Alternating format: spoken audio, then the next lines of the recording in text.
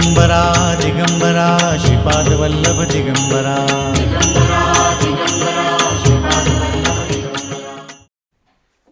अवधूत चिंतन श्री गुरुदेव दत्त श्री अनंतकोठी ब्रह्मांड नायक राजाधिराज योगीराज श्री गुरु नरसिंह सरस्वती स्वामी महाराज यांची आज्ञा गुरुवार दिनांक 31/12/2015 वेळ 6:15 आज ह्या ठिकाणी ह्या भक्तांनी सगळ्या भक्तांना माझी विनंती आहे की तुम्हाला त्रास होतो, सगळ्या गोष्टी मान्य आहे, पण आम्हाला भगवंतांनी निर्मिती ह्या क्षेत्रासाठी करून सुद्धा आम्हाला सुद्धा भरपूर मोठ्या प्रमाणात त्रास होत होता.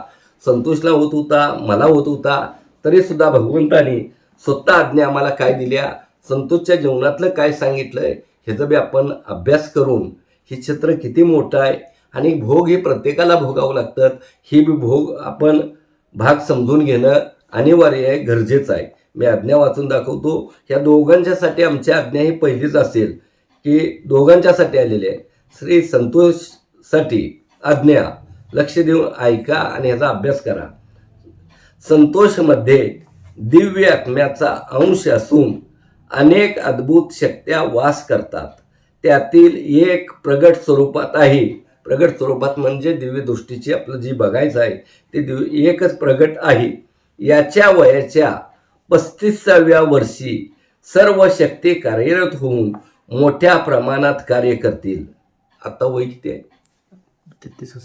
33. फक्त 2 वर्षात तुम्हाला संतोषचं कार्य अपाट मोठ्या प्रमाणात तुम्हाला जगाला बघायला मिळेल आणि या पद्धतीत आपण विचार करू शकता या चित्राचा. वयाच्या 35व्या वर्षी सर्व शक्ती कार्यरत होऊन मोठ्या प्रमाणात कार्य करतील. हे आमच्यात भगवंताने दिलेलं आहे. असंख्य असे भक्त या ठिकाणी नतमस्तक होतील. पुढील काही कालावधीत याचे उदरी येणारा पुत्र माझा कृपा आशीर्वाद असेल व तो या मार्गाचा सारथी होईल व अद्भुत असे कार्य या जगतास पहावयास मिळेल.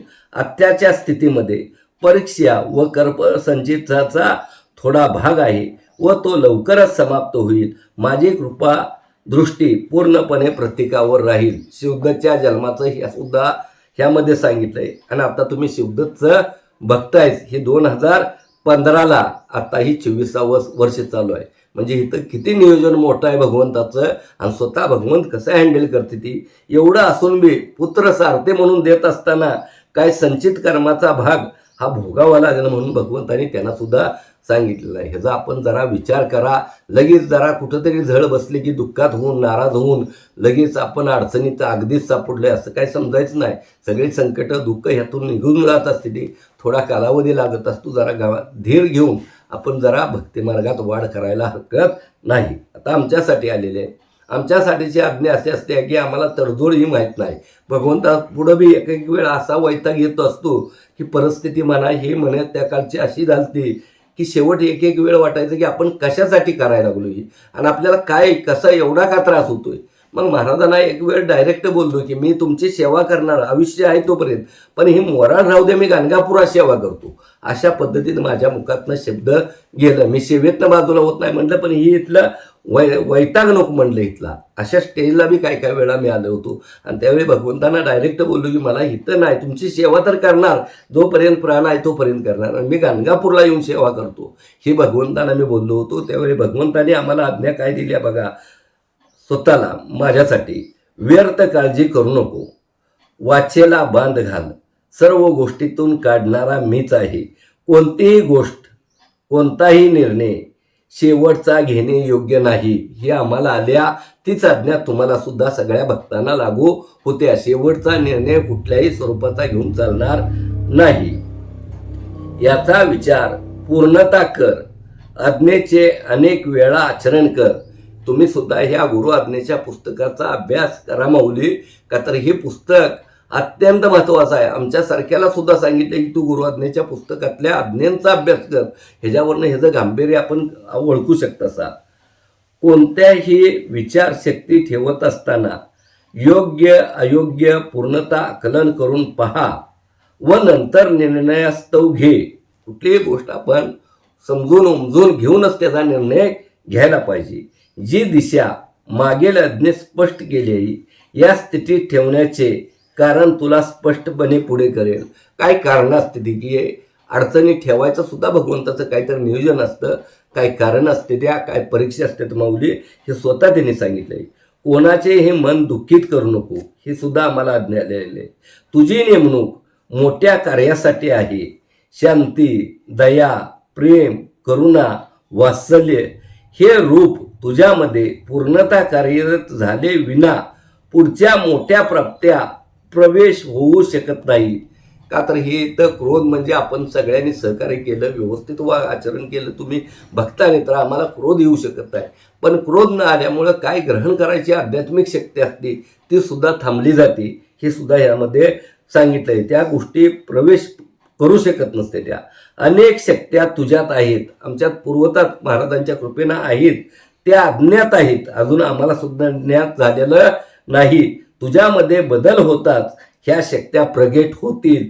आम्हाला सुद्धा जर मनशांती जर तुम्ही दिली सगळ्यांनी, तर आमचं सुद्धा कार्य तुमच्या कृपेनं वाढू शकतंय. फक्त तुमची मदत गरजेचं आहे.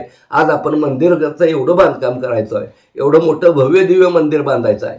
आज प्रत्येक भक्तांनी याचा अभ्यास केला पाहिजे की बाबा आपण इथं काय केलं पाहिजे.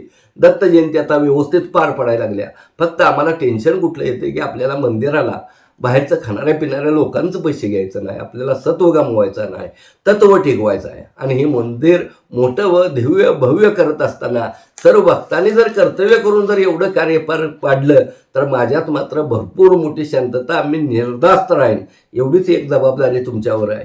आणि नाही केलं तरी बी महाराजांनी सांगितले की पुढच्या लीला होणार आहे. त्या लीलेत मात्र मला काळजी करायची कुठल्याही गोष्टीची गरज नाही. का तर सगळं भगवंत करतो हे त्यांनी वचन दिलेलं आहे आणि सगळ्यावर लक्ष त्यांचं आहे. त्यामुळं मला काही टेन्शन घ्यायची कुठल्याही गोष्टीची गरज नाही.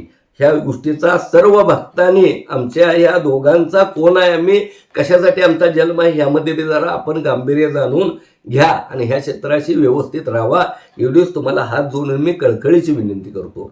अवधूत चिंतन श्री गुरुदेव दत्त.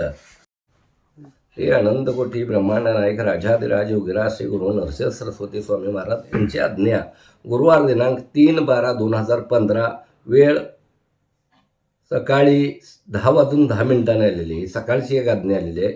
वैयक्तिक आज्ञा ही बहुतेक आमच्यासाठी आलेली असावी. तर सगळ्या भक्तांना माझी सूचना आहे की तुम्ही असंख्य प्रकार करून, व्याधीवर उपचार करून किंवा तीर्थ घेऊन सुद्धा जरी एखाद्या वेळेला लाभ होत नसेल, तर त्यासाठी एक अत्यंत महत्त्वाचा उपाय भगवंताने सांगितला आणि तो मला सांगितला होता. मला सुद्धा जी संचित भोग असते ते भोग भोगण्यासाठी काय आपण कष्ट बी घ्यावं लागतं. आणि ते कष्ट भगवंताने कुठल्या स्वरूपात सांगितलंय हे अज्ञात नाही का. व्याधीचा नाश, शारीरिक व्याधीचा नाश भक्ती मार्गाच्या पुण्याईने व तीर्थस्नानाने मोठ्या प्रमाणात होईल. सतत ग्रासणाऱ्या व्याधीसाठी गाणगापूरमध्ये अष्टतीर्थाचे स्नान कर, मोठ्या प्रमाणात व्याधीचा नाश होईल. तत्सत जर कुणाला एवढं करून जरी व्याधी असेल, तर त्या भक्तांनी अष्टतीर्थाचं स्नान करून तिथं जी नियम आहे त्या नियमाप्रमाणे स्नान करून तिथं पाणी घालणे, स्नान करायचं, प्रत्येक तीर्थाला पाणी घालायचं. ही ज्यावेळी आपण सात्विक भावनेनं करू, महाराजांना विनंती करून करशीला, त्यावेळी मात्र ह्या व्याधीतनं, तुमचा असाध्य व्याधीतनं सुद्धा त्रास कमी होईल. ही स्वतः भगवंताची आज्ञा आहे. अवधूत चिंतन श्री गुरुदेव दत्त.